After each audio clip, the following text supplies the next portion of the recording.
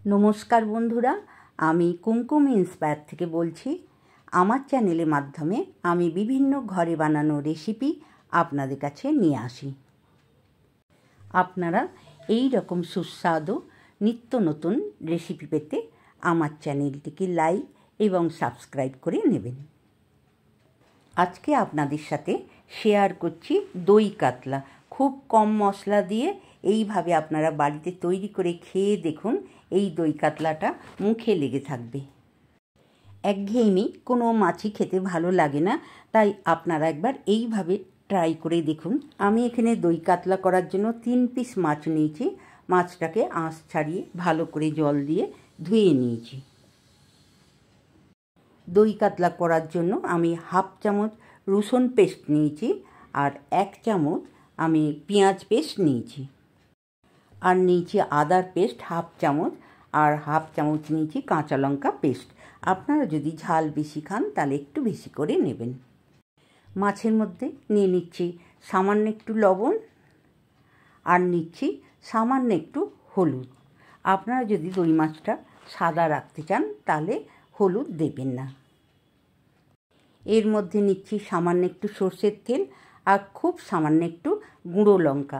আপনারা গুঁড়ো লঙ্কার পরিবর্তে কাঁচা লঙ্কাও মাখিয়ে নিতে পারেন। লবণ, লঙ্কা, হলুদ আর তেল দিয়ে ভালো করে মাছটা মাখিয়ে নিলাম। এতে মাছের আঁশটে গন্ধটা থাকবে না। এর মধ্যে মাখিয়ে নেব 1 চামচ টক দই, তাই টক দইটা নিয়ে নিলাম। 1 চামচ টক দই আমি নিয়ে নিয়েছি। টক দইটা দিয়ে মাছটা আমি ভালো করে মাখিয়ে নিচ্ছি। 3 পিস মাছকেই আমি ভালো করে মাখিয়ে নিলাম। মাছের মধ্যে দইটা আমি ভালো করে মাখিয়ে নিলাম, আর 5 মিনিট আমি এটা ম্যারিনেট করতে দেবো। ননস্টিক প্যানটা গরম হয়ে গেছে।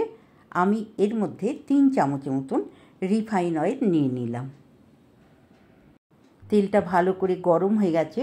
আমি ননস্টিক প্যানে তেলটা ভালো করে মাখিয়ে নিলাম। তেলটা আমি খুব ভালো করে গরম করে নিয়েছি। এর মধ্যে একটা করে মাছগুলো দিয়ে দিচ্ছি। মাছটা 1 পিঠ ভাজা হয়ে গেছে, আমি উল্টে নিচ্ছি।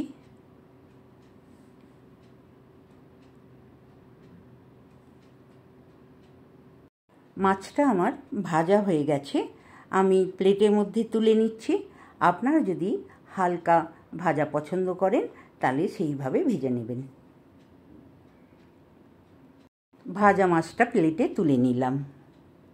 ওই তেলের মধ্যে দিয়ে দিলাম 2 টুকরো ছোট করে ডালচিনি, 1টা তেজপাতা, 2টো শুকনো লঙ্কা, আর 2টো ছোটো এলাচ ফাটিয়ে দিয়েছি, আর 2টো লবঙ্গ। এগুলো আমি হালকা করে ভেজে নিলাম। গরম মশলা, লঙ্কা, তেজপাতা ভালো করে ভাজা হয়ে গেছে। এর মধ্যে দিয়ে দিলাম 1/2 চামচ রসুন। রসুনটা দিয়ে আমি হালকা করে ভেজে নিলাম। এর মধ্যে দিয়ে দিলাম 1 চামচের মতন পেঁয়াজের পেস্ট।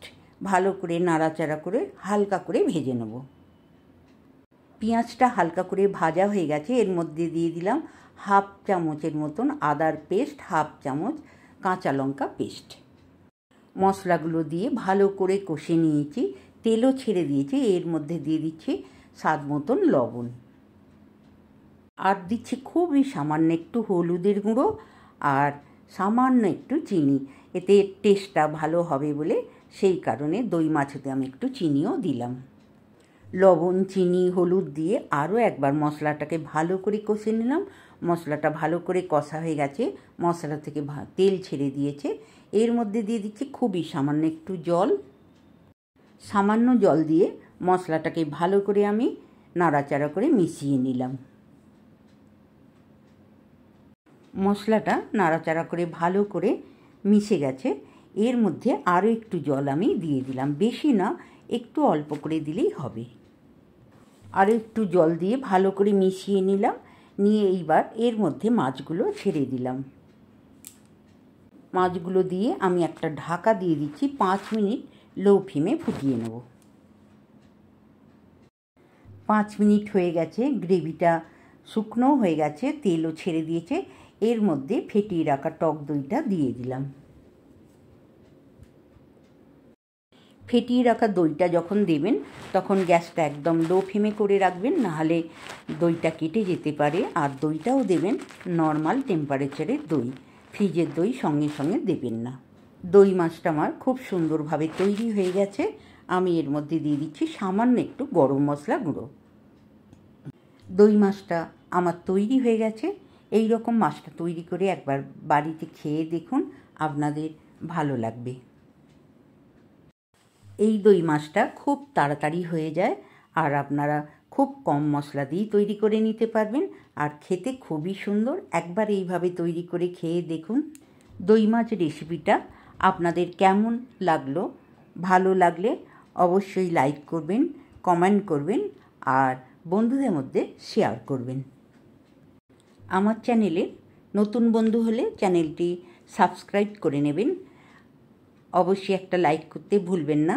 নতুন নতুন ভিডিও আপলোড হলে আপনাদের কাছে পৌঁছে যাবে। ভালো থাকবেন। নমস্কার।